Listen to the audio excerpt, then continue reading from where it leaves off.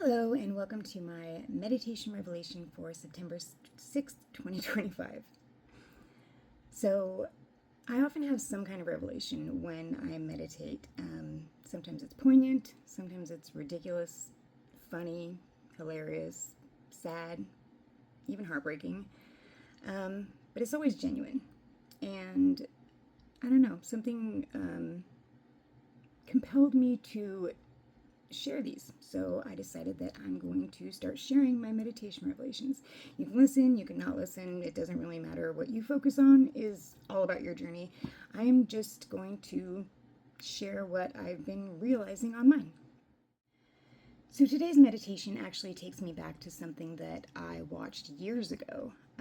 It was actually and it really, really stuck with me.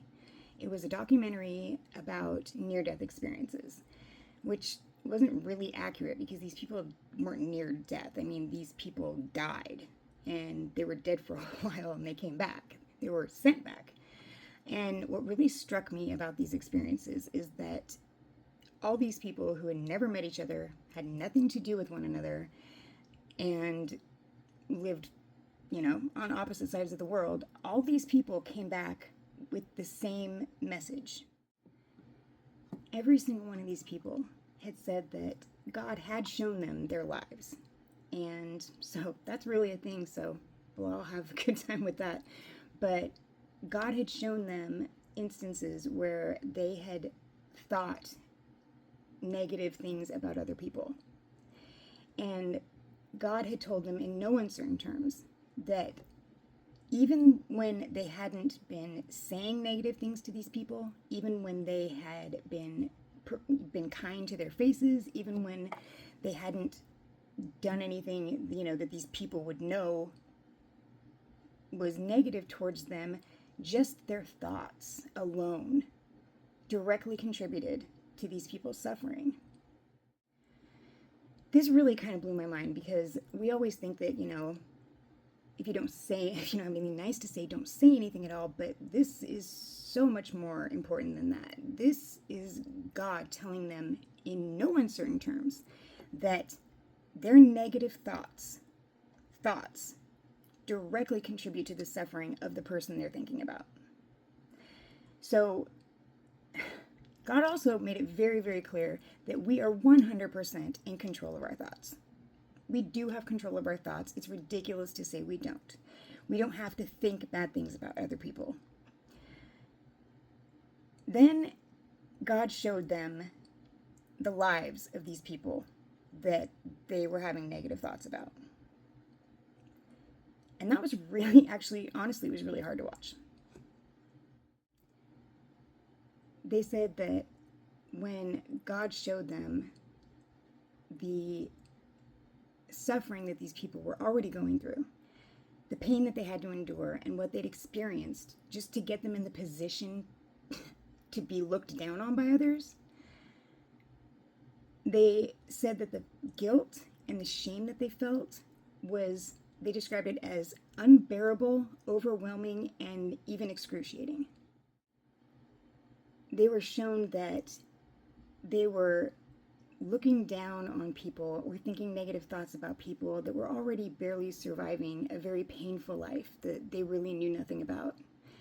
And really, I think that's why God says, "Thou shalt not judge," because we don't know shit. We just don't. We don't. Yeah, anyways.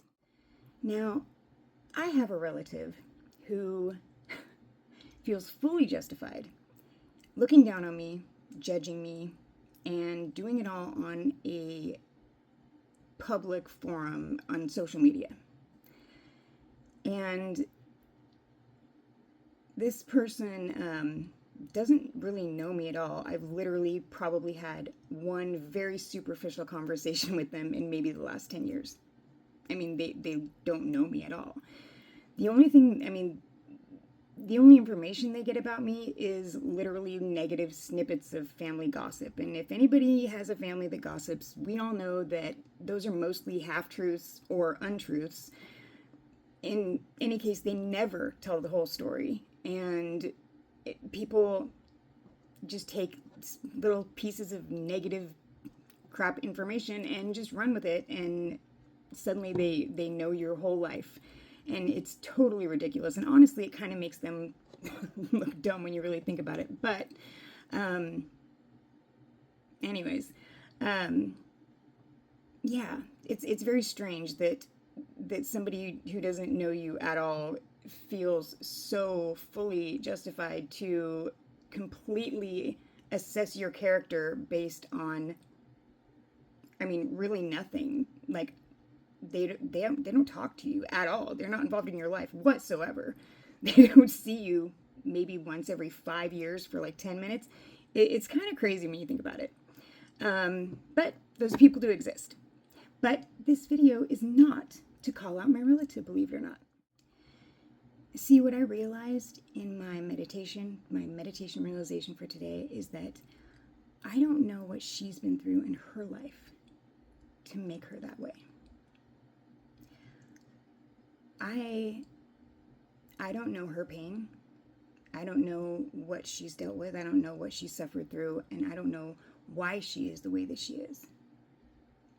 And thinking about these people who had these near-death experiences and them all coming back with the same message from God, and how our thoughts directly affect each other's suffering, I just decided that I'm going to start being really, really mindful about what I think about people.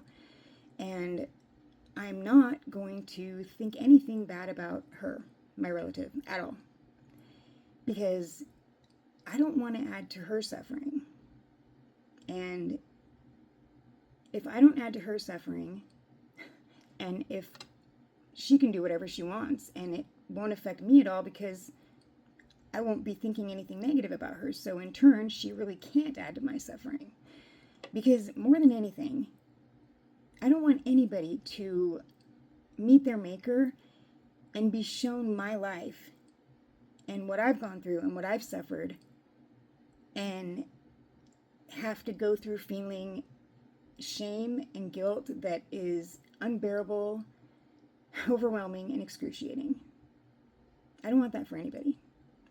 So I'm going to start being a lot more mindful about my thoughts, not just my words, not just my actions, which I try to be mindful of, but my thoughts. Because I don't want to add to anyone's suffering. I certainly don't want anyone adding to mine. And I don't know. I think that all too often we point out each other's flaws, or say, you need to do this, or you need to, it's kind of sad when really we should be, instead of putting each other down. I mean, you think people don't know their flaws?